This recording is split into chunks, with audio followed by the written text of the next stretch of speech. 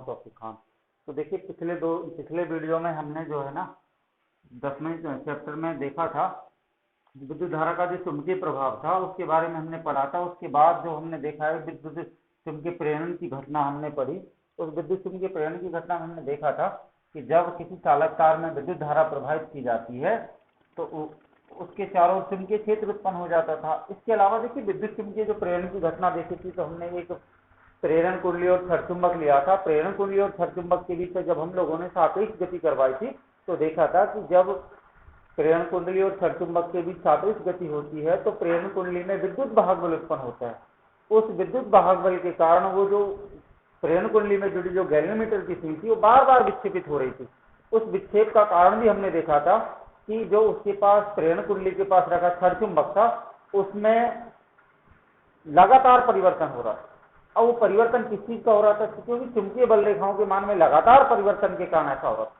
तो आपको ये बात पता लग गई थी कि प्रेरण कुंडली में कोई धारा नहीं थी, हमने केवल छड़ को उसके पास रख के उसको गति कराई। सापेक्ष गति का मतलब आप पढ़ चुके हो, समझ चुके हो कि जब मैं प्रेरण कुंडली को तो स्थिर कर दूं और छड़ को गतिशील कराऊं, इसके बावजूद फिर मैं क्या काम करूं, छड़ को स्थिर कर दूं और प्रेरण कुंडली को गतिशील कराऊं, तो देखा था कि इस तरह की गति को हम लोगों ने सापेक्ष गति कहा था। तो अब देखिए इसमें कोई करंट, कोई धारा प्रवाहित नहीं की थी, केवल छड़ से प्रेरण कुंडली के पास में हमने छड़ को लाया था, दूर ले गए थे, पास लाया था, दूर ले गए थे। तो इन दोनों इस तरह से हमने प्रेरण कुंडली से गति कराई थी। तो दोनों रीजनों में हमने देखा था कि प्रेरण कुंडली में विद्युत वाहक बल उत्पन्न हो रहा था, अर्थात उसमें लगी जो सुई थी वो बार बार विक्षेपित हो रही थी। उत्तरी ध्रुव को पास लाने पर, दूर ले जाने पर, दक्षिणी ध्रुव को पास लाने पर, दूर ले जाने पर। तो इन सब चीजों से क्या स्पष्ट हुआ था कि जब प्रेरण कुंडली और छड़ के बीच सापेक्ष गति होती है तो प्रेरण कुंडली में छड़ के कारण विद्युत वाहक बल उत्पन्न होता है। अभी विद्युत वाहक बल उत्पन्न क्यों हुआ था?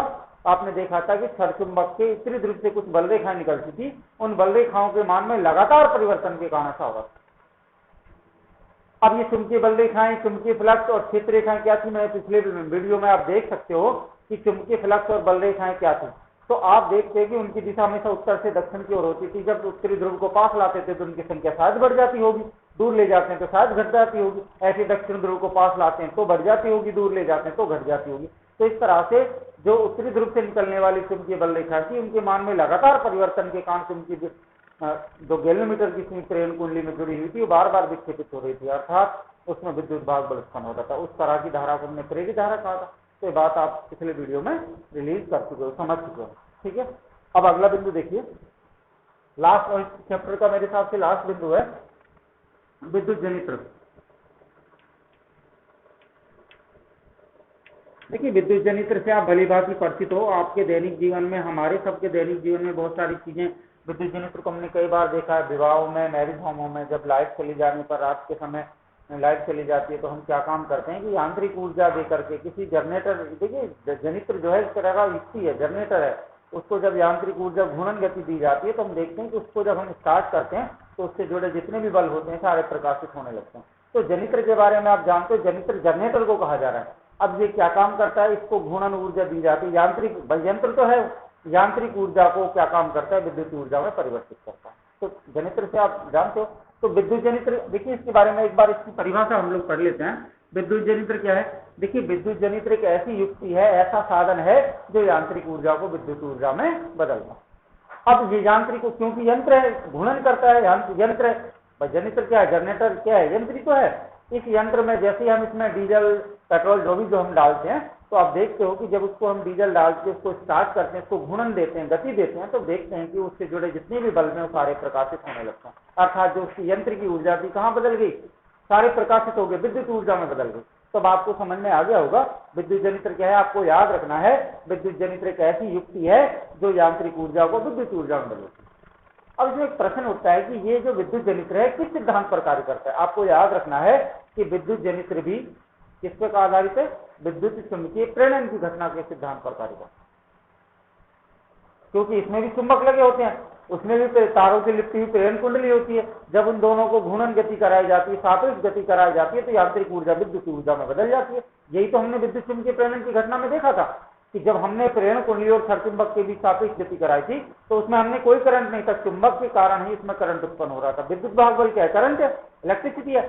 तो विद्युत भाग बल क्यों उत्पन्न हो रहा था? चुंबक के कारण हो रहा था। यही कंडीशन यहाँ है कि जनरेटर में बहुत बड़ा शक्तिशाली अस्तनाल चुंबक होता है और उस पर एक आर्मेचर कुंडली होती है जो तांबे के तारे नाइक्रोम के तारों से लिपटी हुई होती है। जब उसको हम घूर्णन देते हैं, गति कराते हैं, तो हम देखते हैं कि चुंबक के कारण उस या जो आर्मेचर कुंडली है, जो जनरेटर के अंदर जो कुंडली है, उसमें विद्युत भाग बल उत्पन्न होता है, अर्थात करंट उत्पन्न होता है, जिसके कारण वो सारे बल्ब जो उससे जुड़े हुए होते हैं सारे प्रकाशित होने लगे। ठीक है, तो अब आपको पता लगा। आपको याद रखना है विद्युत जनित्र क्या है? एक ऐसी युक्ति है, ऐसा साधन है जो यांत्रिक ऊर्जा को विद्युत ऊर्जा में बदलता है। ठीक है, और आपको आगे भी लिखना है इसमें कि विद्युत जनित्र जो है विद्युत चुंबकीय प्रेरण की घटना के सिद्धांत पर आधारित। भाई विद्युत चुंबकीय प्रेरण घटना भी तो यही होती थी। देखिए मैं एक बात और आपको बता देना चाहता हूँ, सारे लड़के लड़कियों से मैं देख रहा हूँ, कल भी मैंने नोटिस किया है, परसों भी मैं नोटिस कर रहा था, तुम 2-4 लड़के बस ऑनलाइन रहते हो, बाकी को कोई परवाह नहीं है यार। तुम किस वे पे चले हुए हो, किस वे पे चले हो, क्या तुम्हारे सामने इश्यूज क्या है? आप इनको अच्छे से डेली जब भी ऑनलाइन, मैं ये नहीं कह रहा मेरी क्लास पढ़ो, सारी जितनी भी क्लास हैं, चाहे वो साइंस मैथ हो, साइंस हो, इंग्लिश हो, संस्कृत हो, हिंदी हो, सामाजिक हो, सारी क्लासों का आप ऑनलाइन देखिए, ऑनलाइन रहिए। उसके बावजूद फिर आप जो है ना, और टाइम का ध्यान रखिए। टाइम आपको पता है कि 9-9:30 बजे 9 बजे स्टार्ट मैथमेटिक्स की हो जाती है, 9 बजे से हमें 8:45 बजे तैयार हो जाना टाइम को भी लेकर। तो इन सारी चीज़ों को आप नोटिस कीजिए। दूसरी बात, टाइम को याद रखिए। सारी क्लासों को सारे लड़कों से कहिए आपस में जो है ना, सारे लड़के आकर के उन सारे लड़के जो हैं, लड़कियां जो हैं, जितने भी विद्यार्थी हैं, वो जो है ना ऑनलाइन क्लासों को देखें, लाइव देखें। ठीक है, सर आ जाइए अपने बिंदु पर। तो हम क्या पढ़ रहे थे? विद्युत जनित्र। पता है आपको विद्युत जनित्र के बारे में आपको क्या याद रखना है? याद रखना है विद्युत जनित्र एक ऐसी युक्ति है जो यांत्रिक ऊर्जा को विद्युत ऊर्जा में बदलती है। ये यंत्र की ऊर्जा विद्युत में बदल जाती है।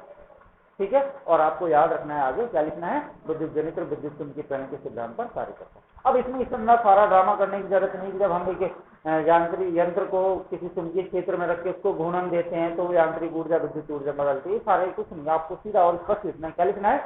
विद्युत जनित्र एक ऐसी युक्ति है जो यांत्रिक ऊर्जा को विद्युत ऊर्जा में बदलती है। याद रहे कि विद्युत जनित्र भी किस पर? विद्युत चुंबकीय प्रेरण के सिद्धांत पर कार्य करता है। ठीक है, इतना लिखना है। फिर आगे देखिए विद्युत जनित्र के प्रकार। देखिए विद्युत जनित्र जो है 2 प्रकार का होता है। एक होता है प्रत्यावर्ती धारा जनित्र,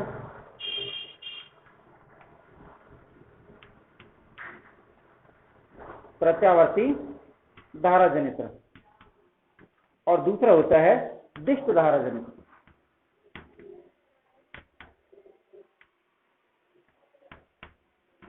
अब ये जो प्रत्यावर्ती धारा जनित्र है,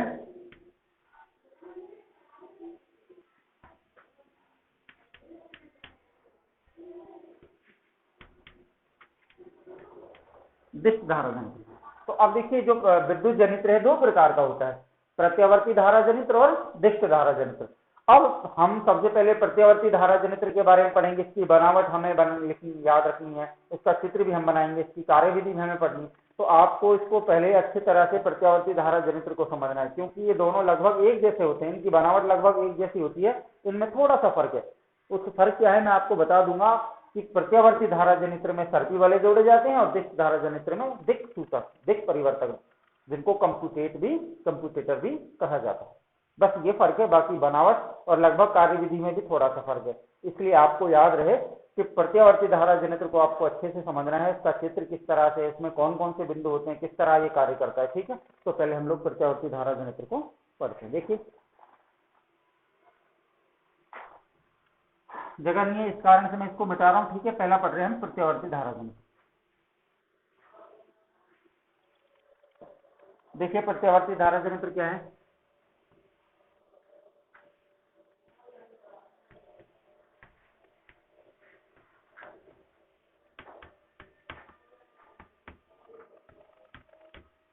प्रत्यावर्ती धारा जनित्र, पहले इसकी परिभाषा देखिए। देखिए एक बात तो आपको याद रखनी है, प्रत्यावर्ती प्रत्यावर्ती शब्द जो है ना, इसका अर्थ होता है समय के साथ परिवर्तित होना। प्रत्यावर्ती शब्द का शाब्दिक अर्थ क्या है? प्रत्यावर्ती शब्द का शाब्दिक अर्थ होता है समय के साथ बदलना, परिवर्तित होना, अपनी स्थिति को बार बार निरंतर बदलना, प्रत्यावर्ती शब्द का अर्थ होता है। लेकिन देखिए आपको मैं और स्पष्ट रूप से बता देना चाहता हूँ।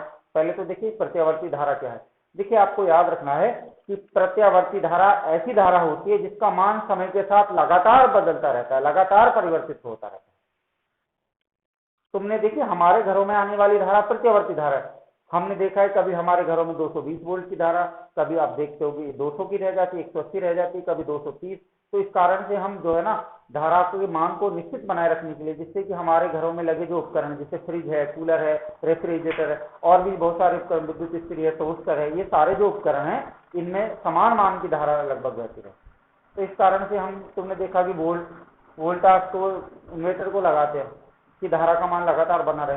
तो देखिए वो बड़ा इश्यू नहीं है, आप इस बात को समझना है कि प्रत्यावर्ती धारा क्या है। अब ये बात आप समझ गए होंगे कि प्रत्यावर्ती शब्द का शाब्दिक अर्थ बदलना होता है। तो आपको ये बात याद रखनी है कि प्रत्यावर्ती धारा ऐसी धारा होती है जिसका मान समय के साथ बदलता रहता है। देखिए एक बार हम थोड़ा सा इसको समझ लेते हैं।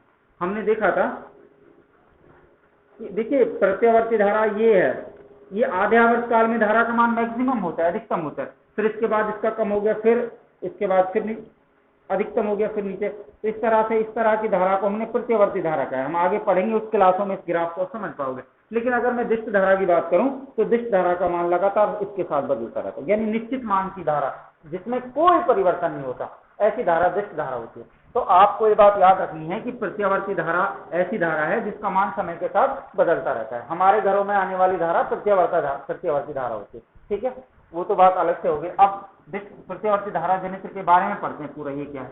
देखिए प्रत्यावर्ती, आप इस बात को पढ़ चुके हो कि विद्युत जनित्र क्या है, एक ऐसी युक्ति है जो क्या काम करती है, यांत्रिक ऊर्जा को विद्युत ऊर्जा में बदलती है। तो प्रत्यावर्ती धारा जनित्र क्या है, ऐसा उपकरण है, ऐसा साधन है, प्रत्यावर्ती धारा जनित्र ऐसा उपकरण होता है, ऐसी युक्ति होती है जो यांत्रिक ऊर्जा को विद्युत ऊर्जा में बदलती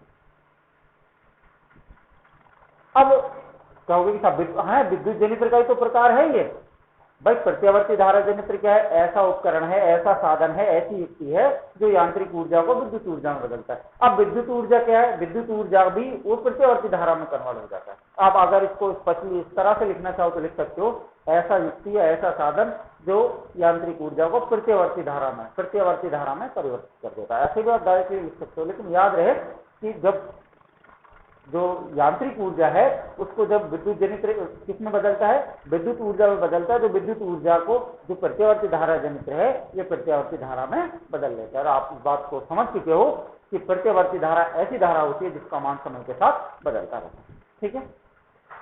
तो अब आपको समझ में आया प्रत्यावर्ती धारा जनित्र क्या है, ऐसा उपकरण है, ऐसा साधन है, ऐसी युक्ति है जो यांत्रिक ऊर्जा को विद्युत ऊर्जा में बदलती है और इस विद्युत ऊर्जा से प्रत्यावर्ती धारा जनित्र उसको प्रत्यावर्ती धारा में बदल देता है, ठीक है। अब कंफ्यूजन वाली कोई बात नहीं, क्या है, प्रत्यावर्ती धारा जनित्र एक ऐसा उपकरण है जो यांत्रिक ऊर्जा को विद्युत ऊर्जा में बदलता है, विद्युत ऊर्जा को प्रत्यावर्ती धारा जनित्र प्रत्यावर्ती धारा में बदल देता है, ठीक है। अब इसकी बनावट देखिए, ये समझने का बाद मैं इसका एक बार आपको तुमको तो चित्र बना देता हूं। पहले देखिए, यहाँ थोड़ा जगह समय में इसलिए यहाँ लिख रहा हूँ, बड़ा दिख रहा है ना, दिख रहा है। बनावट में देखिए, इसकी बनावट के 4 बिंदु होते हैं। क्या है, पहला होता है इसमें आर्मेचर कुंडली, आर्मेचर कुंडली। दूसरा होता है छड़ चुंबक, आप कह सकते हो, केवल चुंबक कह सकते हो। तीसरा होता है सर्पिकार वलय, सर्पी वलय भी आप इनको शॉर्ट में कह सकते हो। और चौथा होता है इसमें ब्रुश, ठीक है। ये 4 इसकी बनावट के मुख्य बिंदु हैं, इनसे ही ये लगभग बना हुआ होता है, ठीक है। मैं इसका चित्र बना रहा हूं, देखिए इस चित्र को आप ध्यान से समझना, ठीक है। ये चित्र ही आपको बनाना है।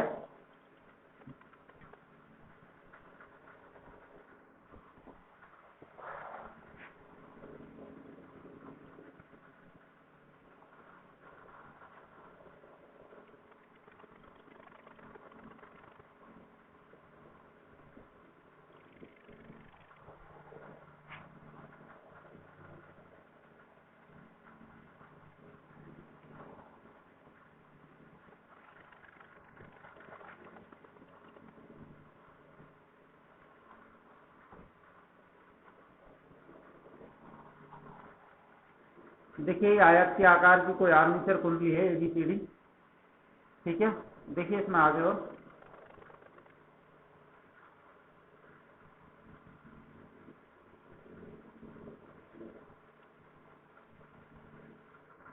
इसके पास में कोई शक्तिशाली, देखिए अब यहाँ जगह थोड़ी शॉर्ट है, मैं इसलिए इसको थोड़ा सा आगे लिख रहा हूँ।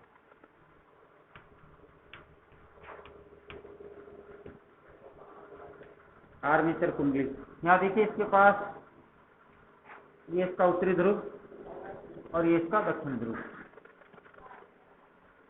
किताब में ये दक्षिणी ध्रुव दिखा रखा है, उत्तरी ध्रुव दिखा रखा है। देखिए आपको याद रहे, हमेशा चुंबक इस तरह से रखा हुआ होता है, ठीक है।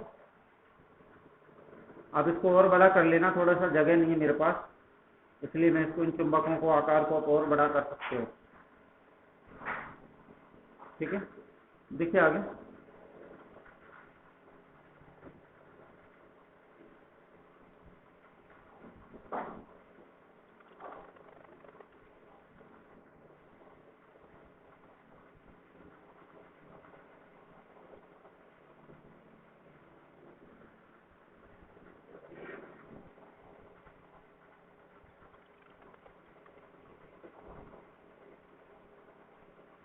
जैसे मैं चित्र बना रहा हूँ आपको सेम ऐसा ही बनाना है, ज़्यादा उसमें दिमाग लगाने की आवश्यकता है नहीं, ठीक है। अब इन बुरसों को देखिए, आप इस तरह भी जोड़ सकते हो इन बुरसों को, किताब में कुछ और तरह से जोड़े हुए हैं, आप उनको देखना चाहो तो जोड़ सकते हो, कोई बड़ी दिक्कत इसमें है नहीं।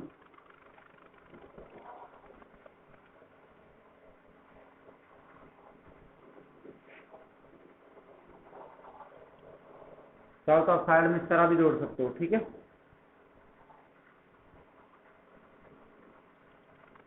बेलन के आकार में जोड़ सकते हो, क्योंकि ये कार्बन की बनी हुई होती है, इस तरह से आप उनको जोड़ सकते हो।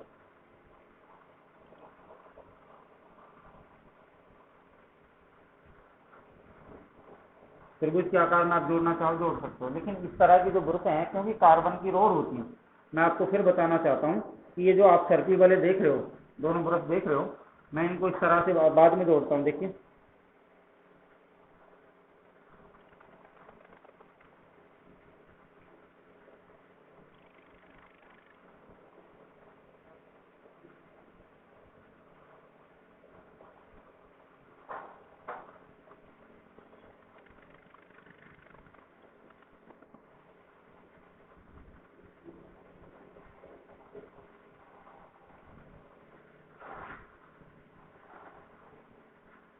देखिए आपको लिखना है, ये आर्मेचर कुंडली है,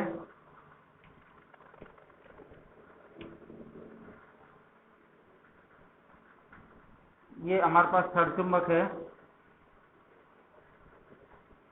ये सर्पी वाले हैं, आप इनको सर्पी कार वाले भी कह सकते हो, ठीक है। इसको देखिए सर्पी वाले को, इसको मैं S1 कह रहा हूँ, इसको S2 कह रहा हूँ, ये ब्रुश B1 है और ये ब्रुश B2 है और ये दिक् परिपथ है, ठीक है। अब देखिए मैं इनके बारे में आपको शॉर्टली बता रहा हूँ, ये चित्र मैंने बहुत शॉर्ट बनाया है, आप चाहो तो इन ब्रुशों को देखो, बलों को इस तरह से बना सकते हो। मैं आपको ये बता रहा हूँ, मेरे पास थोड़ी जगह शॉर्ट है, इस तरह की ये बले तो हो गई S1, जिसको सर्पी वाले हम लोग कह रहे हैं, और आगे ले जा करके इसको फिर और आपको इस तरह से करना है, इस तरह से बढ़ा करके इसको और इस तरह बढ़ा। अब इसमें अगर तुम ब्रुश जोड़ने की बात करो तो ब्रुशों को आप इस तरह से जोड़ सकते हो, ठीक है, इस तरह जोड़ सकते हो। लेकिन मैं आपको बता रहा हूं कि मेरे पास जगह नहीं, इसलिए इसको मैंने बहुत छोटा और बारीक बनाया है, ठीक है। समझ रहे हो बात को?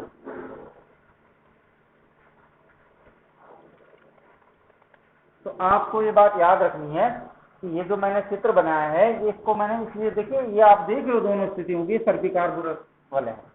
अब आ जाइए, देखिए तो हमने क्या पढ़ा था, प्रत्यावर्ती धारा जनित्र क्या है, एक ऐसा उपकरण था जो यांत्रिक ऊर्जा को विद्युत ऊर्जा में बदलता है और विद्युत ऊर्जा को फिर वो बाद में किसमें बदल लेता है, प्रत्यावर्ती धारा में। प्रत्यावर्ती धारा के बारे में आप जानते हो, प्रत्यावर्ती धारा ऐसी धारा होती है जिसका मान समय के साथ बदलता रहता है, यानी हर आधे वर्ष काल में अपनी स्थिति को ये बदल लेता है, ठीक है। तो अब देखिए इसके बारे में, ये तो इसकी परिभाषा हुई। अब हम लोग पढ़ रहे हैं इसकी बनावट आपको याद रखना है कि प्रत्यावर्ती धारा जनित्र के मुख्य बिंदु 4 होते हैं। पहला होता है इसमें आर्मेचर कुंडली, दूसरा होता है छड़ चुंबक, तीसरा होता है सर्किल वाले या सर्पिकार वाले, और चौथा होता है इसमें ब्रुश। तो इनके बारे में देखिए, आपको मैं चित्र के बारे में आपको बता देना चाहता हूँ। देखिए आपको याद रखना है कि प्रत्यावर्ती धारा जनित्र में एक आयत के आकार की, देखिए यही लिखना है इनके बारे में, इनके बारे में आपको लिखना है, जगह नहीं है मैम, ठीक है। तो आपको इनके बारे में आर्मेचर कुंडली में आपको क्या लिखना है, लिखोगे कि ये आयत के आकार की तांबे के तारों से, देखिए कच्चे लोहे के करोड़ पर यह आयत के आकार की एबीसीडी कुंडली होती है। आपको क्या लिखना है, आर्मेचर कुंडली के बारे में लिखना है कि यह आयत के आकार की एक एबीसीडी कुंडली होती है जो कच्चे लोहे के करोड़ पर तांबे के तारों से लिपटी हुई होती है, और इसकी ये विशेषता है कि अपने अक्ष पर आसानी से घूर्णन कर सकती है, ठीक है। बस इतना लिखना है इसके बारे में। दूसरा है सरचुंबक। आपको याद रखना है कि आर्मेचर कुंडली के पास एक शक्तिशाली असनाल चुंबक रखा होता है। जब आर्मेचर कुंडली अपने अक्ष पर घूमती है तो ये शक्तिशाली असनाल चुंबक के कारण ही आर्मेचर कुंडली में विद्युत वाहक बल उत्पन्न होता है। सरचुंबक के बारे में हो गया। फिर तीसरा आपको लिखना है सर्पी वलय। आपको यह रखना है कि आर्मेचर कुंडली का एडी सिरा, देखिए नीचे वाला सिरा, आपको क्या लिखना है, आर्मेचर कुंडली का एडी सिरा सर्पी वलय S1 से जुड़ा हुआ होता है और S1 S2 से जुड़ा हुआ होता है। ये सर्पी वलय ही आर्मेचर कुंडली को अपने अक्ष पर घुमाने का कार्य करती है, ठीक है। फिर आपको ब्रश के बारे में लिखना, चौथा लिखना है, ये कार्बन की बनी हुई या किसी लोहे की पत्ती की बनी हुई ब्रशें होती हैं। ये क्या काम करती हैं, इससे सर्पी वलयों के दोनों ओर ब्रश B1 तथा B2 जुड़े हुए होते हैं, जो हर आध्यावर्त काल में इसकी स्थिति को परिवर्तित कर देते हैं। कुछ बात समझ में आई? एक बार दोबारा सुन लीजिए। हम पढ़ रहे हैं प्रत्यावर्ती धारा जनित्र। आपको याद रखना है प्रत्यावर्ती धारा जनित्र एक ऐसा उपकरण है जो विद्युत ऊर्जा को यांत्रिक ऊर्जा में बदलता है और यांत्रिक ऊर्जा को बाद में प्रत्यावर्ती धारा में बदल देता है। फिर पढ़ेंगे प्रत्यावर्ती धारा जनित्र की बनावट। आपको याद रखना है कि प्रत्यावर्ती धारा जनित्र की बनावट में निम्नलिखित बिंदु होते हैं। निम्नलिखित बिंदु में पहला क्या है, आर्मेचर कुंडली। आर्मेचर कुंडली के बारे में आपको क्या लिखना है, लिखना है कि यह आयत के आकार की एबीसीडी कुंडली होती है जो कच्चे लोहे के करोड़ पर तांबे के तारों से लिपटी हुई होती है। इसकी क्या विशेषता है, ये अपने अक्ष पर आसानी से घूर्णन कर सकती है। घूर्णन का मतलब घूम सकती है। फिर आपको लिखना है सरचुंबक। लिखना है आर्मेचर कुंडली के दोनों ओर। अब देखिए ये एक ही तो है, ये उत्तरी ध्रुव है, दक्षिण ध्रुव। बहुत से कहते हैं दो चुंबक है, दो कहां से आ गए भाई, एक चुंबक में दो ही तो ध्रुव होते हैं, ये एक चुंबक है। तो आपको याद रखना है कि क्या याद रखना है, याद रखना है कि आर्मेचर कुंडली के पास एक शक्तिशाली असनाल चुंबक रखा होता है जिसके दो ध्रुव होते हैं, एक उत्तरी ध्रुव और एक दक्षिण ध्रुव। ये जब आर्मेचर कुंडली अपने अक्ष पर घूमती है तो इस शक्तिशाली असनाल चुंबक के कारण ही आर्मेचर कुंडली में विद्युत वाहक बल उत्पन्न होता है, ठीक है। तो तीसरा आपको क्या लिखना है, सर्पी वलय। याद रखना है कि आर्मेचर कुंडली का निचला हिस्सा कौन सा, एडी वाला सिरा सर्पी वलय S1 से जुड़ा हुआ होता है, S1 से सर्पी वलय दूसरा S2 जुड़ा हुआ होता है। ये दोनों क्या काम करते हैं, आर्मेचर कुंडली को अपने अक्ष पर घुमाने, आसानी से घुमाने का कार्य करते हैं। यानी इन सर्पी वलयों के कारण ही आर्मेचर कुंडली अपने अक्ष पर आसानी से घूम सकती है।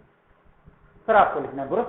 चौथा बिंदु, ब्रुश के बारे में क्या लिखना है, लिखना है कि कार्बन तथा या अन्य लोहे की पत्तियों से बने हुए कुछ ब्रुश होते हैं जो सर्पी वलयों, दोनों सर्पी वलयों से जुड़े हुए होते हैं।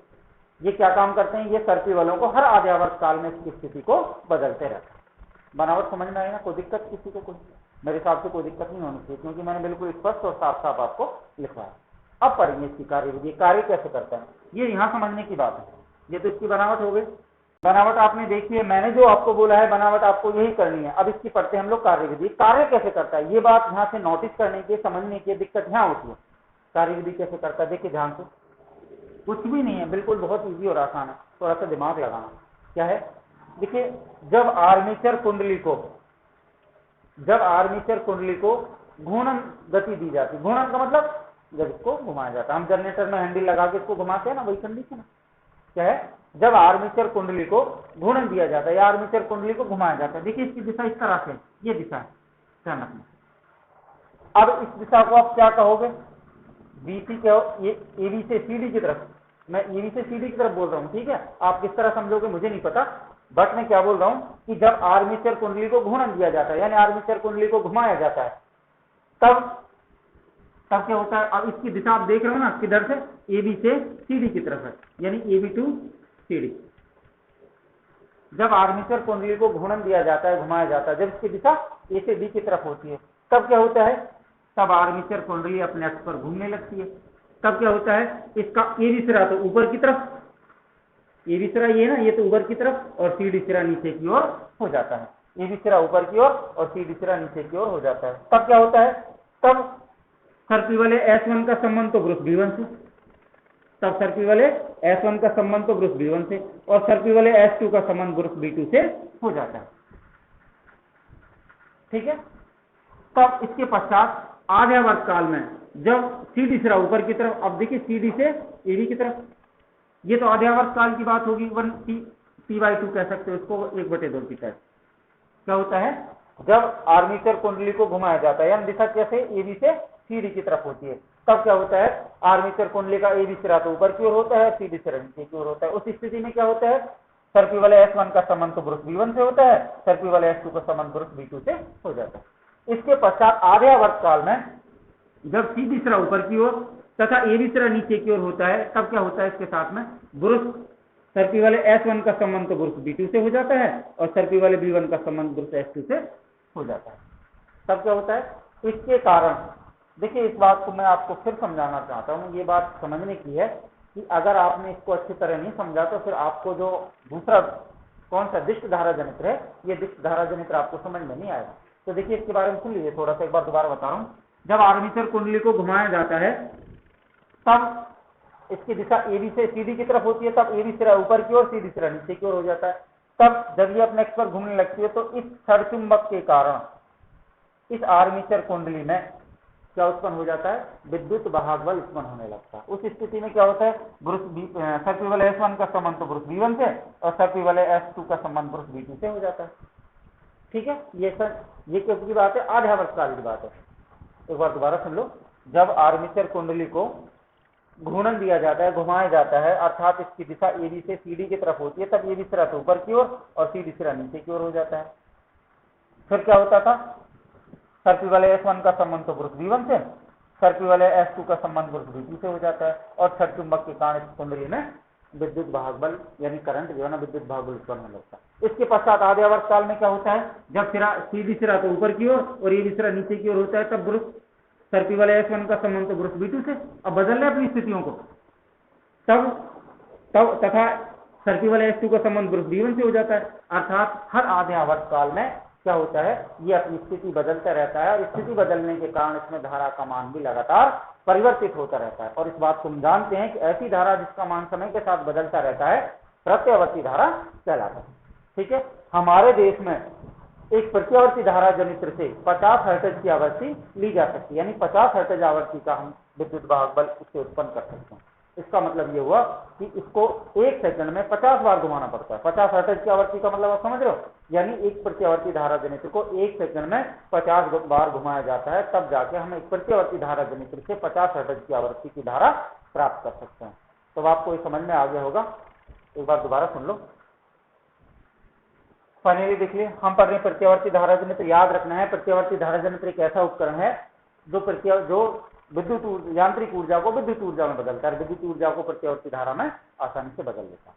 फिर पढ़ रहे हम लोग प्रत्यावर्ती धारा जनित्र की बनावट। याद रखना है प्रत्यावर्ती धारा जनित्र की बनावट के निम्नलिखित बिंदु होते हैं। पहला होता है आर्मेचर कुंडली। लिखना है आर्मेचर कुंडली क्या होती है, एक आयत के आकार की ABCD कुंडली होती है जो कच्चे लोहे के नर्म कच्चे लोहे की क्रोड पर तांबे के तारों से लिपटी हुई होती है। इसकी क्या विशेषता है, अपने अक्ष पर आसानी से घूर्णन कर सकती है। दूसरा बिंदु है छड़ चुंबक। याद रखना है आर्मेचर कुंडली के पास एक शक्तिशाली और स्नाल चुंबक रखा होता है। जब आर्मेचर कुंडली घूमती है तो इस छड़ चुंबक के कारण इसमें विद्युत वाहक बल उत्पन्न होता है। तीसरा है सर्पी वलय। याद रखना है सर्पी वलय क्या होते हैं। सर्पी वलय देखिए इसके बारे में सुन लीजिए। आर्मेचर कुंडली का AB सिरा सर्पी वलय S1 से जुड़ा हुआ होता है, सर्पी वलय S1 S2 से जुड़ा हुआ होता है। ठीक है, ये सर्पी वलय ही आर्मेचर कुंडली को अपने अक्ष पर आसानी से घुमाते हैं। फिर पढ़ोगे आप ब्रुश। याद रखना है सर्पी वाले ब्रुश, ये ब्रुश जो है ना कार्बन तथा किसी लोहे की पत्तियों के बने होते हैं। ये ब्रुश क्या होते हैं, ये कार्बन के बने या लोहे की पत्तियों के बने हुए होते हैं। ये ब्रुश जो है ना सर्पी वलों से जुड़े हुए होते हैं। ये क्या काम करते हैं, हर आर्यावर्त काल में इनकी स्थितियों को अर्थात सर्पी वलों को इनकी स्थिति को बदलते रहते हैं। ठीक है, ये तो इसकी बनावट थी। पढ़ते हैं कार्यविधि। आपको याद रखना है जब आर्मेचर कुंडली को घूर्णन दिया जाता है या घुमाया जाता है तब इसका AB सिरा ऊपर की ओर तथा CD सिरा नीचे की ओर हो जाता है। उस स्थिति में सर्पी वाले S1 का संबंध तो ग्रुप B1 से और सर्पी वाले S2 का संबंध ग्रुप B2 से हो जाता है। ठीक है, तब जब आर्मेचर कुंडली घूमती है तब इस छड़ चुंबक के कारण इसमें विद्युत वाहक बल उत्पन्न होने लगता है। यह आर्यावर्त की घटना है। फिर इसके पश्चात आर्यावर्त काल में क्या होता है, जब आर्मेचर कुंडली का सीधी सिरा जो है ना ऊपर की तरफ और ये भी सिरा नीचे की तरफ होता है, तो सर्पी वाले S1 का संबंध तो पुरुष B2 से हो जाता है, सर्पी वाले S2 का संबंध पुरुष B1 से हो जाता है। अर्थात हर आध्यावर्त काल में अपनी स्थिति बदलते रहते हैं, जिसके कारण धारा का मान भी बदलता रहता है। इस बात को हम जानते हैं कि ऐसी धारा जिसका मान समय के साथ बदलता रहता है प्रत्यावर्ती धारा कहलाती है। हमारे देश में एक प्रत्यावर्ती धारा द्वारा 50 हर्ट्ज की आवृत्ति की धारा प्राप्त की जा सकती है, अर्थात किसी प्रत्यावर्ती धारा जनित्र को 1 सेकंड में 50 बार घुमाया जाता है। इस कारण से हमारे देश में प्रत्यावर्ती धारा जनित्र से 50 हर्ट्ज की आवृत्ति ली जाती है। अब आप समझ गए होंगे कि इस तरह का उपकरण प्रत्यावर्ती धारा जनित्र कहलाता है। ठीक है, दैट्स ऑल।